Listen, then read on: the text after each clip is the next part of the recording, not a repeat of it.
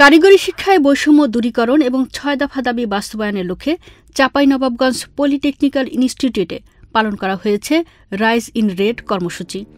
শনিবার সকালে কারিগরি ছাত্র আন্দোলন বাংলাদেশ কেন্দ্রীয় কর্মসূচির অংশ হিসেবে শিক্ষার্থীরা ইনস্টিটিউটের প্রধান ফটকে লাল কাপড় বেঁধে প্রতিষ্ঠানের নাম ঢেকে দেন। এরপর একটি বিক্ষোভ মিছিল বের করে পুরো ক্যাম্পাস প্রদক্ষিণ করে অবস্থান কর্মসূচি পালন করেন তারা। আন্দোলনকারী শিক্ষার্থীরা বলেন, দীর্ঘদিন ধরে কারিগরি শিক্ষার্থীরা নানাভাবে বৈষম্যের শিকার হয়ে আসছেন।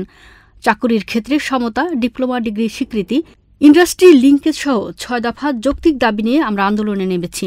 তারা দ্রুত দাবি বাস্তবায়নের আহ্বান জানিয়ে বলেন, যদি দাবিগুলো না মানা হয় তবে আমরা আরও কঠোর কর্মসূচি দিতে বাধ্য হব।